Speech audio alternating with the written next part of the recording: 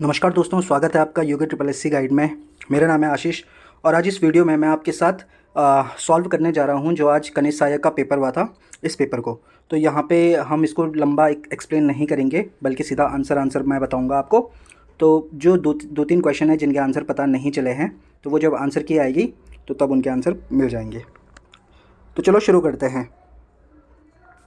पहला क्वेश्चन है कि विंडोज़ ऑपरेटिंग सिस्टम में कंप्यूटर से किसी फाइल को स्थायी रूप से हटाने के लिए, क्या बोला हुआ, स्थायी रूप से हटाने के लिए किस कुंजी का प्रयोग होता है? तो इसका आंसर हो जाएगा D, shift plus delete use करते हैं। क्वेश्चन नंबर 2 है, निम्न में से किस शासक को शकारी कहा जाता है? तो ये कहा जाता था चंद्रगुप्त विक्रमादित्य इनको। क्वेश्चन नंबर 3 है, दीवाने खालिसा द्वारा अस्थायी रूप से प्रशासित जागीर भूमि को क्या कहा जाता था? तो इसमें जो डाउट है वो या तो इसका ऑप्शन सी होगा या तो इसका ऑप्शन ए होगा। एक्चुअली में सी होने के चांसेस ज़्यादा हैं, क्योंकि पेशकश जो होती थी, पेशकश क्या होती थी कि एक रकम होती थी जो कि क्या होता था कि मुग़ल राज्य में जो छोटे राजा थे वो बड़े राजाओं को अपनी तरफ से पेश करते थे। तो इसमें डाउट है क्वेश्चन नंबर 3 में, ठीक है। तो ए और सी में से इसका आंसर कुछ भी हो सकता है। क्वेश्चन नंबर 4 है, सूर्य अस्त नियम किस भूमि राज व्यवस्था से संबंधित है? तो इसका आंसर हो जाएगा डी। अगला क्वेश्चन है 5वां, एक धर्म एक जाति मानवता का एक ईश्वर, ये नारा किसने दिया था? तो ये नारा दिया था नारायण गुरु ने।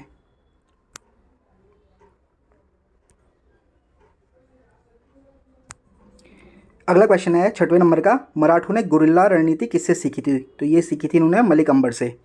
क्वेश्चन नंबर 7 है, भारतीय स्वतंत्रता आंदोलन के संदर्भ में कोमागाता मारू क्या था? तो ये एक जापानी जहाज़ था। क्वेश्चन नंबर 8 है, भारत में वित्तीय विकेंद्रीकरण की दिशा में सर्वप्रथम किसने कदम उठाया था? तो ये था लॉर्ड मेयो। क्वेश्चन नंबर 9 है, निम्न में से कौन सा एक मौलिक अधिकार भारत की भूमि पर सभी व्यक्तियों के लिए है, चाहे वो विदेशी हो या फिर भारतीय नागरिक हो? तो इसका जो आंसर हो जाएगा वो हो जाएगा डी, ये सबको मिलता है। क्वेश्चन नंबर 10 है, नीति आयोग का गठन कब हुआ था? तो आंसर ए हो जाएगा इसका। क्वेश्चन नंबर 11 है, भारत में जनता के धन का संरक्षक कौन होता है? तो ये होता है कैग, भारत का नियंत्रक एवं महालेखा परीक्षक। ऑप्शन सी आंसर होगा।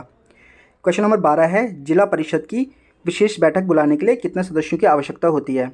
तो इस क्वेश्चन का आंसर या तो बी होगा या तो डी होगा, तो दोनों में से एक होगा, तो ये भी डाउट में है। क्वेश्चन नंबर 13 है, एक कंप्यूटर जिसकी मेमोरी क्षमता 256 एम बाइट, एम मतलब यहाँ पे क्या है, एम मतलब यहाँ पे मिलियन से मतलब था, ठीक है। तो एक मिलियन जो बाइट होती है वो होती है किसके बराबर? एक एमबी के बराबर, ठीक है। तो अब आप इसको एमबी को चेंज करना था, एक एमबी में 1024 केबी होते हैं और फिर 1024 केबी में क्या होते हैं, 1024 बाइट होते हैं। तो ये 1024 ये हो जाएगा और 256 उसने दे रखा, तो 256, तो इसका आंसर ए हो जाएगा, ठीक है। क्वेश्चन नंबर 14 है, किस वर्ष भारत के उच्चतम न्यायालय ने ट्रांसजेंडर के लिए तीसरे लिंग के रूप में मान्यता या ट्रांसजेंडर को तीसरा लिंग मानने का निर्णय पारित किया था? तो ये था ऑप्शन डी 2019 में। क्वेश्चन नंबर 15 है, जनगणना वर्ष 2011 के अनुसार निम्न राज्यों में से किस में ईसाई जनसंख्या सबसे कम है? तो इसमें भी डाउट है, ठीक है, इस क्वेश्चन में डाउट है, तो इसको बाद में आंसर की के हिसाब से देख लेंगे।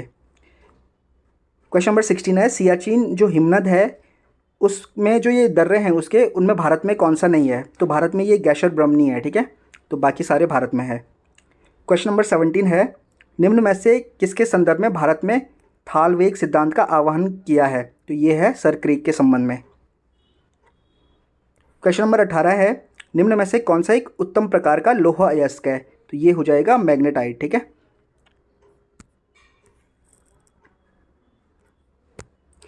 क्वेश्चन नंबर 19 है, जनगणना 2011 के अनुसार निम्न राज्यों में से किस एक में अनुसूचित जाति की जनसंख्या का, अनुसूचित जाति यानी कि एससी की बात कर रहा है, जनसंख्या का सबसे अधिक प्रतिशत है? तो वैसे तो सबसे ज़्यादा पंजाब में है, लेकिन पंजाब ऑप्शन में नहीं है, तो इस हिसाब से इसका आंसर ये तो उत्तर प्रदेश होगा या फिर कोई और होगा, तो ये भी डाउट में है। तो जो आज का पेपर था वो काफ़ी मतलब एक मॉडरेट टू टफ लेवल का एग्जाम इसे बोल सकते हैं। जीएस के जो भी क्वेश्चन आ रखे थे वो ऐसे थे कि कुछ क्वेश्चन तो ऐसे थे कि जिन्हें पढ़ने के लिए या जिन्हें करने के लिए आपको बहुत डीप पढ़ाई करनी होगी। क्वेश्चन नंबर 20 है, राजीव गांधी राष्ट्रीय भूजल प्रशिक्षण एवं शोध संस्थान ये कहाँ स्थित है? तो ये आपका रायपुर में स्थित है, छत्तीसगढ़ में। क्वेश्चन नंबर 21 है, सेल्यूरियन शेल निम्न में से किस सेल क्रमों से संबंधित है? तो इसमें भी डाउट है, वैसे इसका आंसर डी होना चाहिए मेरे अकॉर्डिंग। क्वेश्चन नंबर 22 है कि जो 23-24 का जो बजट आया था अभी रिसेंटली फरवरी में, उसमें 7 प्राथमिकताओं को बताया गया था जिनको सप्तऋषि बोला गया था। तो निम्न में से ऐसा कौन सा है जो सप्तऋषि में नहीं है? तो इसका आंसर हो जाएगा डी, महिला सशक्तिकरण के बारे में नहीं बोला गया था इसमें।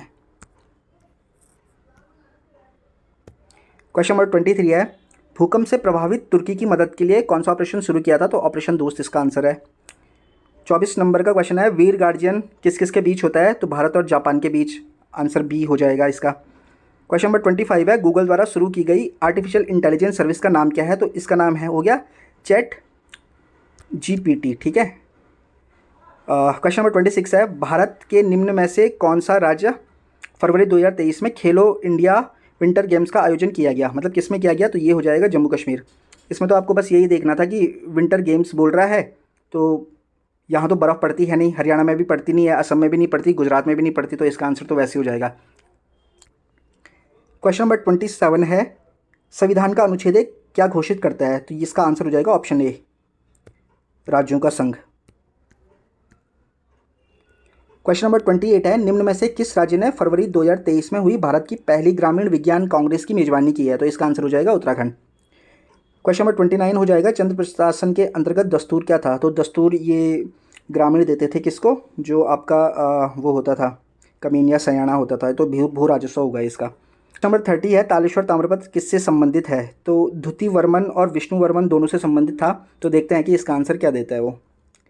क्वेश्चन नंबर 31 है, निम्न में से उत्तराखंड के किस राजवंश का वर्णन ह्वेनसांग ने किया है? तो पौरव वंश का किया था। क्वेश्चन नंबर 32 है, रानी कर्णावती किसकी संरक्षिका थी? तो पृथ्वीपति शाह की थी ये।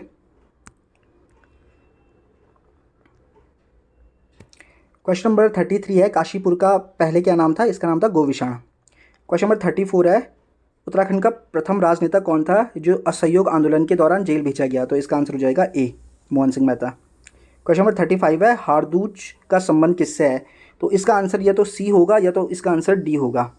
क्वेश्चन नंबर 36 है, छपेली क्या है? तो आंसर बी हो जाएगा इसका। क्वेश्चन नंबर 37 है कि कमीण का क्या कार्य होता था उत्तराखंड में? तो ये क्या करता था? गाँव से राजस्व एकत्र करता था, तो आंसर ए हो जाएगा इसका।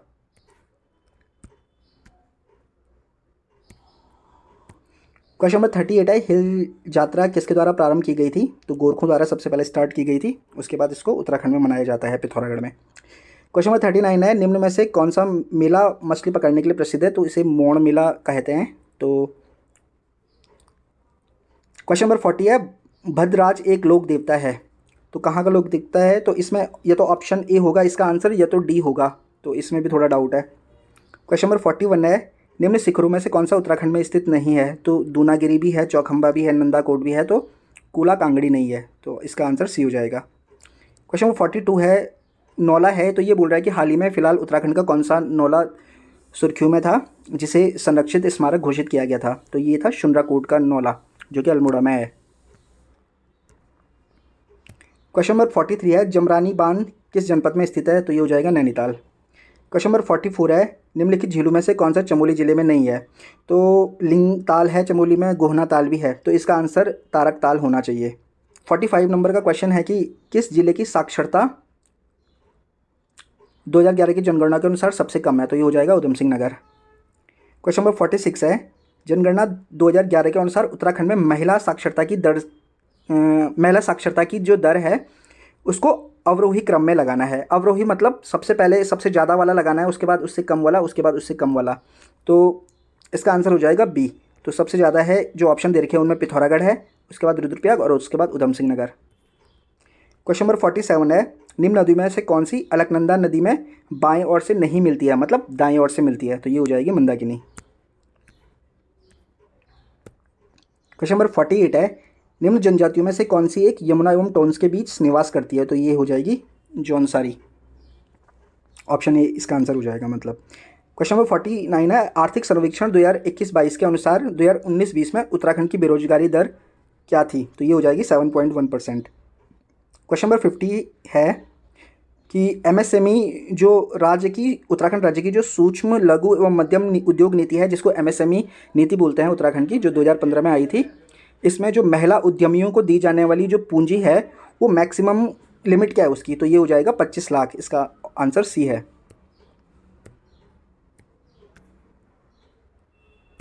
क्वेश्चन नंबर 51 है, ये मैच करने थे, तो इसका जो आंसर है वो हो जाएगा बी। क्वेश्चन नंबर 52 है, आर्थिक सर्वे 2021-22 के अनुसार उत्तराखंड में 2011-12 में ग्रामीण क्षेत्र का औसत मासिक प्रति व्यक्ति आय क्या था। तो ग्रामीण क्षेत्र में जो मासिक प्रति व्यक्ति आय थी, तो इसमें थोड़ा डाउट है, इसको बात के लिए रहने देते हैं। तो शायद इसका आंसर 1850 हो सकता है या 1726 में से कुछ हो सकता है, तो इसको आंसर की आएगी, फिर देख लेंगे। क्वेश्चन नंबर 53 है, उत्तराखंड में वीर चंद्र सिंह गढ़वाली पर्यटन स्वरोजगार योजना कब शुरू की गई थी। तो 1 जून 2002 को शुरू की गई थी। आंसर सी हो जाएगा। क्वेश्चन नंबर 54 है, उत्तराखंड की अर्थव्यवस्था में तृतीयक क्षेत्र का योगदान कितने % है। तो जो तृतीयक क्षेत्र है उसका है 42.92% और द्वितीयक क्षेत्र का 44.98 हो जाएगा और प्राथमिक क्षेत्र का ये 12.11 हो जाएगा। तो इसका आंसर जो है वो हो जाएगा ए। क्वेश्चन नंबर 55 है, समग्र शिक्षा अभियान योजना किस वर्ष आरंभ की गई। तो इसका आंसर हो जाएगा 2020-21। अब ये रीजनिंग के क्वेश्चन है। क्वेश्चन नंबर 56 है, ये श्रेणी दे रखी है, तो इसका आंसर हो जाएगा ए वाला। क्वेश्चन नंबर 57 है, तो ये रीजनिंग का एक क्वेश्चन है, तो इसका आंसर ये हो जाएगा ADE, मतलब ऑप्शन ए वाला। क्वेश्चन नंबर 58 में एक क्वेश्चन दे रखा है, ये मैथ्स का क्वेश्चन है, इसका आंसर हो जाएगा बी, 174.60। क्वेश्चन नंबर 59 जो है ये मैथ्स का क्वेश्चन है, इसका जो आंसर है वो हो जाएगा 24। ठीक है, तो कई लोगों का लास्ट में ये था ना, क्वेश्चन नंबर जो 60 है, तो इसका आंसर शायद 262 होगा, शायद, श्योर नहीं हूँ मैं। क्वेश्चन नंबर 61 है, तो 61 का 900 होगा। क्वेश्चन नंबर 62 है, तो ये बोल रहा है कि 2020-21 में भारत में के बहुआयामी निर्धनता सूचकांक में उत्तराखंड राज्य की रैंक क्या थी। तो उत्तराखंड की रैंक थी 15वां स्थान था उत्तराखंड का, तो आंसर सी हो जाएगा इसका। क्वेश्चन नंबर 63 है, बल्ब में सामान्यतः कौन सी गैस भरी जाती है। तो नाइट्रोजन तथा आर्गन हो जाएगा, आंसर बी। अग्निशामक का मुख्य घटक क्या है। वैसे तो CO2 होता है, बट इसमें CO2 है नहीं, तो इसका आंसर फिर अभी इसको बात के लिए रखते हैं, आंसर की में क्या देता है। क्वेश्चन नंबर 65 है, मार्स गैस किसको बोलते हैं। तो ये मीथेन को बोलते हैं, तो आंसर ए हो जाएगा इसका। क्वेश्चन नंबर 66 है, पर्यावरण संरक्षण अधिनियम कब पारित किया गया था। तो आंसर डी हो जाएगा 1986 में। क्वेश्चन नंबर 67 है, विद्युत धारा को उत्पन्न करने वाले यंत्र को क्या कहते हैं। तो ये हो जाएगा जनरेटर। ठीक है, क्योंकि गैल्वेनोमीटर से विद्युत धारा की उपस्थिति मापते हैं। जो मोटर होती है वो विद्युत धारा को यांत्रिक ऊर्जा में बदलती है, तो ये भी नहीं होगा। अमीटर जो है वो विद्युत धारा को मापता है, तो ये भी नहीं होगा। तो जनरेटर जो होता है वो क्या कर देता है, वो यांत्रिक ऊर्जा को विद्युत ऊर्जा में बदलता है, तो विद्युत ऊर्जा वहाँ पे पैदा हो रही है, तो इसका आंसर डी होगा। क्वेश्चन नंबर 68 है, मैंग्रोव होते हैं। तो ये होते हैं नमक सहिष्णु, आंसर ए हो जाएगा इसका। क्वेश्चन नंबर 69 है, जैव विविधता अधिनियम कब बनाया गया। तो ये बनाया गया 2002 में। क्वेश्चन नंबर 70 है, निम्न में से कौन सी गाय विदेशी नस्ल है, मतलब गाय की विदेशी नस्ल कौन सी है। तो इसका आंसर हो जाएगा जर्सी गाय। बाकी मुर्रा भैंस की नस्ल है, साहिवाल देसी नस्ल है, लाल सिंधी भी। क्वेश्चन नंबर 71 है, TCP/IP रेफरेंस मॉडल की 4 परतें क्या है। तो ये क्वेश्चन काफ़ी टफ क्वेश्चन था, तो इसका जो आंसर है वो आंसर क्या आएगी उसके बाद देखेंगे। क्वेश्चन नंबर 72 है, कौन सा रजिस्टर, मतलब रजिस्टर का प्रकार बताना है, वो भी कब, जब वो रजिस्टर क्या कर देता है कि अगली ट्रांजैक्शन के पते को स्टोर करता है। ठीक है, तो इसका आंसर हो जाएगा बी, प्रोग्राम काउंटर। ठीक है, और कई लोगों को अगर इंस्ट्रक्शन काउंटर लग रहा है, तो इंस्ट्रक्शन काउंटर में क्या होता है कि जो उसी टाइम पे जो अगर मतलब कोई प्रोसेस चल रही है ना, या कोई इंस्ट्रक्शन मिल रहे हैं, तो उसी टाइम का जो करंट वाला होता है उसको अगर स्टोर करेगा वो, तब वो इंस्ट्रक्शन काउंटर होगा। और अगर नेक्स्ट वाले को करेगा, अगले वाले को करेगा, तब वो प्रोग्राम काउंटर होगा। तो इसका आंसर क्या हो जाएगा, इसका आंसर बी हो जाएगा। ठीक है, क्वेश्चन नंबर 73 है, डेटा की खोज करते समय निम्न में से कौन सी मेमोरी CPU द्वारा सबसे पहले रेफर की जाती है। तो ये कैश मेमोरी होती है। क्वेश्चन नंबर 74 है, जब कंप्यूटर ऑन किया जाता है तो सबसे पहले कौन सा कार्य संपादित होता है। तो ये होता है पोस्ट, ऑप्शन ए आंसर हो जाएगा। क्वेश्चन नंबर 75 है, किन विटामिनों की मात्रा मुर्गी के भोजन में अधिक रखी जाती है? तो आंसर ए हो जाएगा, विटामिन ए और विटामिन सी। अब आते हैं हिंदी का क्वेश्चन है यहाँ पे। तो पहला क्वेश्चन है, इनमें से कृत प्रत्यय से बना शब्द है। तो कृत प्रत्यय मतलब जो क्रिया से बनता है। तो इसमें क्या है, ये आंसर हो जाएगा सी। तो यहाँ पे होना क्रिया है, होना क्रिया के साथ हार प्रत्यय जुड़ा हुआ है, तो होनहार।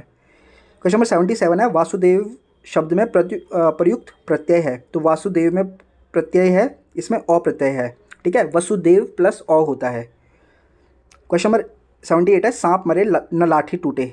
इसका क्या अर्थ है? इसका अर्थ है बिना हानि के कार्यपूर्ति होना। क्वेश्चन नंबर 79 है, निम्न में से किस शब्द में निर उपसर्ग प्रयुक्त नहीं हुआ है? तो ये हुआ है निरी में। तो निरी में नि उपसर्ग का प्रयोग होता है, ठीक है, निर का नहीं होता है। क्वेश्चन नंबर 80 है, लोकतंत्र का विलोम क्या होगा? तो ये राजतंत्र होगा। क्वेश्चन नंबर 81 है, निम्न में से कौन द्विगुण व्यंजन है? तो ये हो जाएगा ढ। क्वेश्चन नंबर 82 है, काम करते रहना ही जीवन है, आलस्य तो मृत्यु है। इसमें जो ये है ना, इसको क्या बोलते हैं? इसको बोलते हैं अर्धविराम। Option C answer. Question number 83 है, दूल्हे का तत्सम रूप क्या है? तो इसका तत्सम रूप हो जाएगा दुर्लभ। तो दूल्हे को दुर्लभ बोलते हैं, ठीक है, तत्सम में मतलब संस्कृत में। क्वेश्चन नंबर 84 है, उच्चारण के आधार पर वो किस प्रकार का व्यंजन है? तो ये दंतोष्ठ हो जाएगा। क्वेश्चन नंबर 85 है, आंखों में खून उतरना का अर्थ होता है मुहावरे का अत्यधिक क्रोध करना। क्वेश्चन नंबर 86 है, शुनक का पर्यायवाची क्या है? शुनक मतलब होता है कुत्ता, तो आंसर सी हो जाएगा। 87 है, उत्तराधिकार में मिली जायदाद को क्या बोलते हैं? इसे रिक्त बोलते हैं। क्वेश्चन नंबर 88 है, वो जो कर रहा है वो जो न करे सो थोड़ा। वाक्य में जो सो क्या है? तो ये संबंधवाचक सर्वनाम है, तो आंसर बी हो जाएगा 88 का। क्वेश्चन नंबर 89 जो है, संन्यास में उपसर्ग क्या है? तो इसमें सम उपसर्ग हो गया। क्वेश्चन नंबर 90 है, विलोम की दृष्टि से आपको गलत बताना है, तो इसका आंसर हो जाएगा अगन और सगन, बी वाला। क्वेश्चन नंबर 91 है, हंसा थे सो उड़ गए, कागा भये दीवान। इस लोकोक्ति का अर्थ है, इसका अर्थ है भले लोगों के स्थान पर बुरे लोगों का, मतलब बुरे लोगों का आ जाना या उनके हाथ में अधिकार का आ जाना। क्वेश्चन नंबर 92 है, अमावस की अंधेरी रात के लिए एक शब्द क्या है? इसको बोलते हैं कुहू। और जो इसमें कई लोगों को निशित में भी डाउट हो रहा होगा, तो निशित बोलते हैं आधी रात का जो समय होता है ना, अर्धरात्रि का, उसको निशित बोलते हैं। और अमावस की जो आधी रात होती है, अंधेरी रात, उसको कुहू बोलते हैं। क्वेश्चन नंबर 93 है, अजंत शब्द का संधि विच्छेद क्या है? तो ये है ऑप्शन सी, अच प्लस अंत। क्वेश्चन नंबर 94 है, राष्ट्र को हानि जयचंदू से होती है। तो इसमें जयचंद कौन सी संज्ञा है? तो ये जातिवाचक संज्ञा हो जाएगी, क्योंकि ये इसमें क्या कह रहा है, उन लोगों के बारे में बता रहा है जिन्होंने अपने लोगों के साथ धोखा किया था, तो वो ऐसे लोगों की एक जाति होगी। क्वेश्चन नंबर 95 है, तद्भव शब्द क्या है इनमें? तो इनमें मयंक जो है वो तद्भव शब्द होगा। जो तरवारी है वो तलवार का तत्सम होता है, ठीक है। कुक्कुर कुत्ते का होता है। क्वेश्चन नंबर 96 है, दिसावर का तत्सम रूप क्या है? तो इसका हो जाएगा ए, देशांतर। क्वेश्चन नंबर 97 है, निम्न शब्दों में से अनु उपसर्ग का प्रयोग किसमें नहीं हुआ है? तो इसका हो जाएगा ए, ठीक है। तो अनुदात में नहीं हुआ है, बाकी इन तीनों में अनु उपसर्ग का प्रयोग हुआ है। क्वेश्चन नंबर 98 है, यज्ञवेदी शब्द में समास क्या है? तो यज्ञवेदी मतलब होता है यज्ञ के लिए वेदी, तो के लिए है ना, तो संप्रदान तत्पुरुष हो जाएगा इसमें, आंसर बी। फिर 99 वाला है, निम्न में से किस शब्द का संधि विच्छेद गलत है? तो इसमें डी वाला हो जाएगा, ठीक है। यशो होता है ना, ये होता है, यहाँ पे विसर्ग भी होता है, तो विसर्ग नहीं है, तो ये हो जाएगा। लास्ट क्वेश्चन है, निम्न में से भ्रमर शब्द का पर्यायवाची नहीं है। तो भ्रमर का पर्यायवाची क्या नहीं है? पारावत। पारावत किसको बोलते हैं? ये बोलते हैं तोता को। बाकी मिलिंद भ्रमर को बोलते हैं, भंवरे को अली भी बोलते हैं, और दुरेह भी इसी को बोलते हैं। तो दोस्तों ये आज के क्वेश्चन थे। तो 4-5 क्वेश्चन है जिनके आंसर पता नहीं चल पाए हैं, जिनके आंसर नहीं मिले हैं, तो उनको हम आंसर की में देखेंगे। बाकी लगभग जितने आंसर मैंने बताए हैं उनमें से 98 या 99% सही आंसर है। तो दोस्तों आज के लिए बस इतना ही, मिलते हैं अगली वीडियो में। नमस्कार।